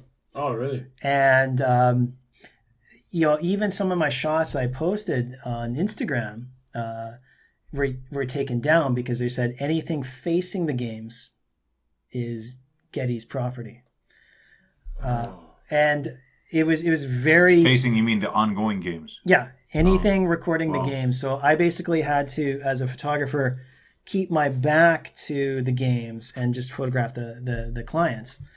And, so as like I saw like... Did Visa know that going in, or was that a surprise to them as well? I think it was a surprise to them as well, because Getty, like they put Getty photographers with them for those games, so they got the coverage. But I think I eked in the last one because there was a kind of a hilarious incident. One of the games, I got to, there was two locations. So we were based out of Seoul and based out of Gangneung, and I get there and they're like, "Oh, you're not on the bus?" I was like, "What?" They were supposed to be here. They're like, "Oh no, they left early."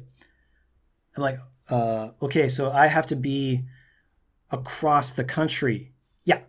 How? And they're like, "Oh, can you not get a taxi?" And I'm like, "You want me to take a taxi?" Yeah. Across the country. Yeah. Yeah. Right. I'm okay. And so like, hold on, the country's the size of Lake Manitoba. Yeah, exactly. But still, like you're going from one side, and so sure enough, they like call the taxi. I jump in. 2.5 hours later, I think a 350,000 won taxi fare. No way. I got home from Incheon one time for 150. Yeah, split with someone.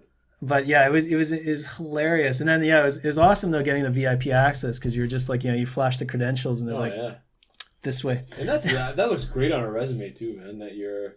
I mean, if he's ever came back for another event you're shooting. That was the whole thing, because they were really good to work with, and then the lady in charge of all this, like she was amazing. So like I was really hoping the Tokyo Olympics would we'd get a call, but then that was sort of Rona. It's like So where did your work end up getting published, or what ended up happening with the work that you did?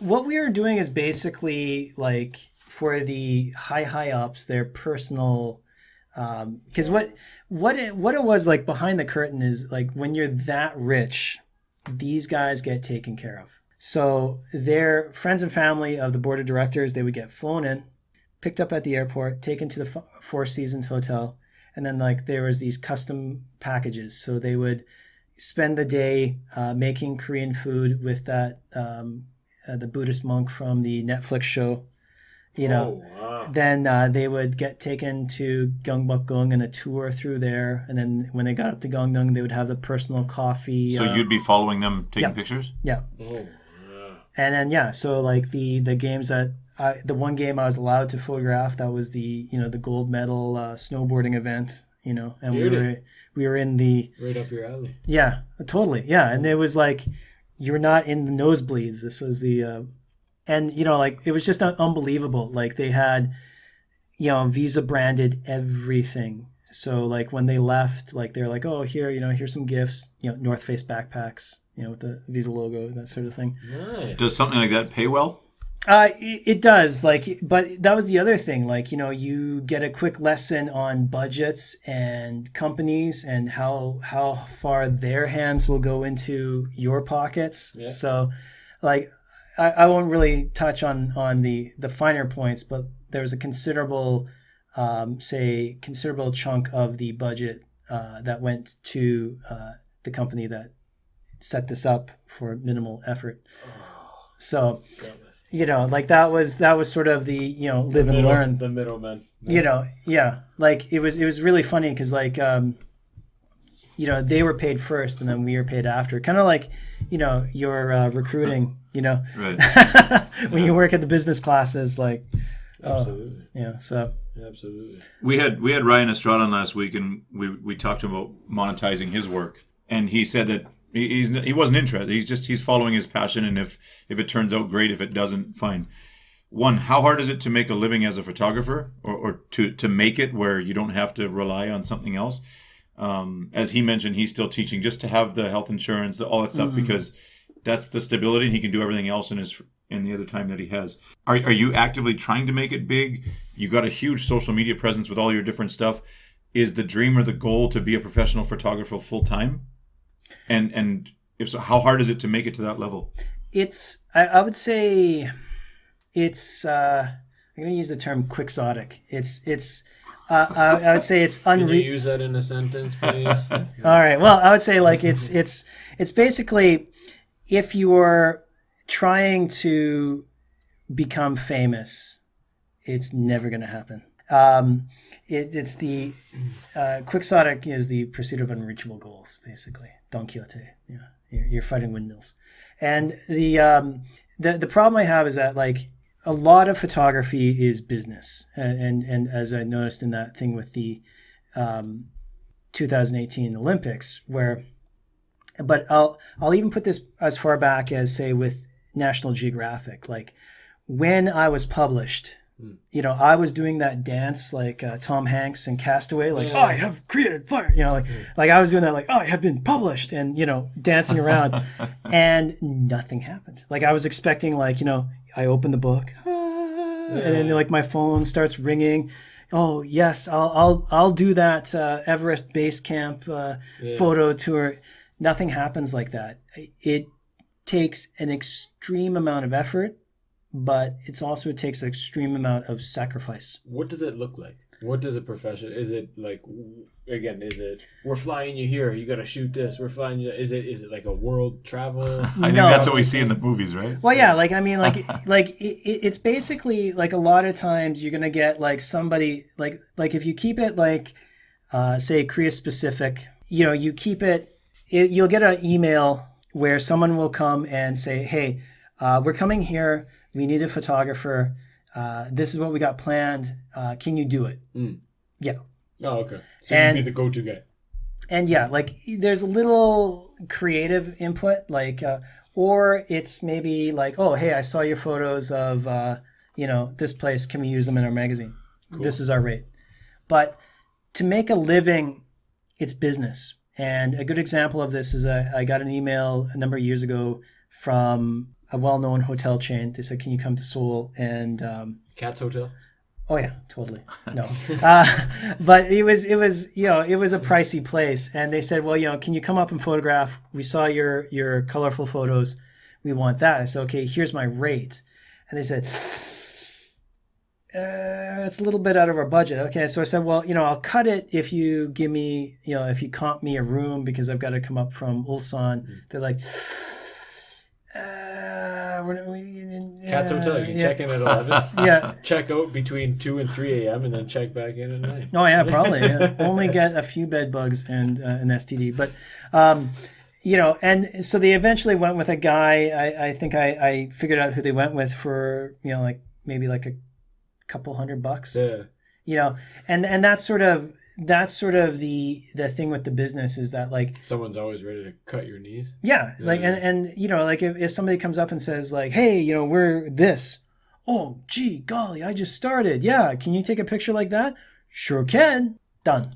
And the days of being the lone photographer are gone because everybody and that's where it sort of shifted. Everybody on Instagram. Right. You know. Yeah. And so that's sort of where like the if you're pursuing it as a career, you better get into weddings or family portraits or studio photography. Yeah. Because if you're trying to be like everybody, I would say 90% of the people with a camera that come to Korea to teach, you know, their byline is travel photographer or travel blogger. Yeah. You know, so like. Yeah. So you got to adapt with the times, but I do like the niche that you're carving out with the lighthouses, dude. Oh, I love it. Well, if you haven't seen it, check it out. Korean lighthouses on Instagram. Yeah. Now, have you tried the coffee? The coffee is amazing. Yes. Yeah. A lot more sort of subtle flavor than you would get with your typical Americano. So. What do you like? You're familiar obviously with roasts? You're the coffee master. She said this is city roast. Yeah. So it's a more fruity, flavorful kind of taste. But what do you usually drink? it's essentially like this is like if I'm gonna open the book here. Like I drink a lot of craft coffee, but yeah, this like what I'm looking for, and this is kind of like a big mistake that a lot of people think is that like French roast or espresso roast, they think that's for espresso, and you burn away a lot of the subtle flavors if you over roast it. Yeah. And you can taste that. Like if you ever go to like Starbucks and you know there's that like charred taste. Yeah, it's because it's like you look at their beans and they're greasy black. Yeah. A city roast, be a full city or that they're like almost like a cinnamony brown color. Yeah. And that's what normally what I would drink. But it's a lot to do with the varietal and the and where the bean comes from. Yeah. It's I only started drinking coffee after we had kids, and I just couldn't stay up anymore in class. But then I was the same. My wife used to say, "Oh, let's go here for coffee. Let's go there." What's the difference? Why am I paying $4 for this coffee and this is $1? Give me. But now I can kind of distinguish what's a good coffee and what. Well, like a good story, like I always have, and I'll keep this quick. Is when I worked in Vancouver. We got a micro batch of some of the most expensive coffee in the world. Luwak? Oh, no. This was... shit.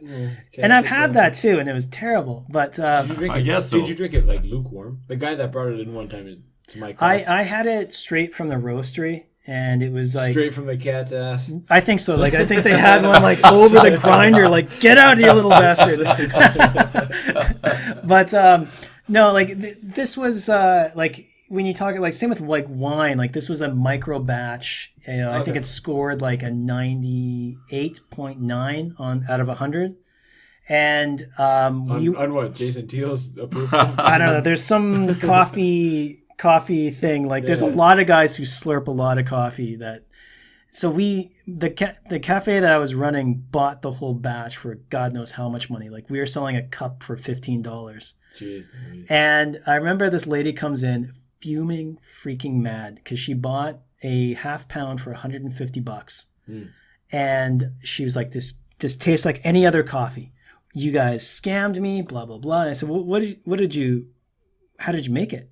And she's like, "Well, I put it in the Mr. Coffee machine." Oh, go jump in a leaf. And I'm like, "Oh my god, that's like that's like microwaving a piece of Wagyu beef." Yeah, you know what I mean? Like, and I was like, good analogy. That's it. It's exactly what it was. So I was like, okay, like. Here, like, let me make some for you. Try this. And there was nothing, like, we didn't have any special machine. I just made a French press, the right temperature, the right amount of water. And she was like, oh, that's like, that can't be the same coffee. And I said, I made it with the bag that you threw at me. You know, so, but I think... beans happened to spill into my own pocket. Yeah, exactly, yeah. Well, there's another story where a young, horrible thing happened with a young front desk girl who took one of the bags that we had left and made the coffee of the day. Oh no! And the head guy comes in and she's a $1,000 pot of coffee, man. Well, pretty much so. And we're all drinking it, and we're all just kind of doing this, like, wow, that's really good. Where'd you guys get I was this? like, which one did you use? And she's like, I don't know. I found one in a Tupperware container, you know, at the back, and we're just like, and yeah, that's coming out of your check. Well, no, the CEO just like flat face, you're fired. Oh no! Like pack your things and go. Oh god! And I was just like, okay, well, you know, we'll give you your seven. You know. But you know, like so, there's a certain flavor that you're going for. But I mean, for day-to-day coffee, like I start with a usually like an AeroPress or a pour over because What's an AeroPress? AeroPress is actually something I use straight French press for AeroPress. How many coffees do you drink a day? French and bench. I usually drink probably about 3, maybe 4, but I make sure it's like good coffee. Hold on, 3 or 4 coffees. What's like you're doing 2 scoops of beans, like a double shot? About anywhere between, and this is gonna make me sound like Hey, listen, he doesn't drink any coffee. I haven't drank 3 cups in my life. So 18 grams of coffee beans. 18 grams of coffee beans per cup. I gotta go home and measure my shit now. Yeah, but basically an AeroPress is kind of a cool thing. Like you can pick them up at the Canadian Tire. Like it's nothing technical, but it's all like you have to do is fly home and fucking go to Canadian Tire. But it's basically like a really cool device where it's got like a plunger. So you grind the beans, put it in the top, fill up the water, and then you let steep for a few minutes. Talking about that metal thing? No, that's plastic. What's the metal one? The metal one. The metal one. All the Italian people at home use the metal one. Oh, the mocha pot. Mocha pot, yeah. Have you ever tried one of those? Yeah, my brother makes bullets. No, we don't. He doesn't call them espresso shots. They're bullets. And I stick to the double waters. Yeah, I am scared of those things.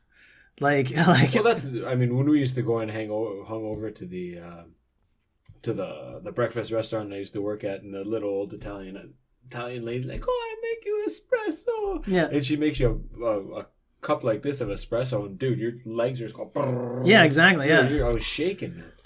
Wild. Yeah. Many heart attacks. But yeah, like I try and keep it to a minimum. Like I've got my Rancilio espresso machine like in my office basically, but when I fire that thing up, the guy downstairs usually has a shit fit. So oh yeah, it grinds the. I've got the whole like it's basically like what you would get at a cafe, but it's miniaturized. Have you been to Cafe Ropla? Cafe Ropla. Like you go in, you choose the beans, the lady pushes the button, and it sucks it out of the tube across the cafe. You haven't been there? No. They got really good coffee too. Yeah. Where's that? Like, just behind Central Zai. Okay, I'll have to check that. It's a good one, dude. It's a good one. Anyways, French press and bench press for the win. We're gonna leave it at that. JT, thanks for coming, dude. Check them out online, jasonteale.com. jasonteale.com. I'll post all the tags in the show notes. Yeah. All right, in the show notes below, yes. Thanks. Thanks for listening. See you guys next time.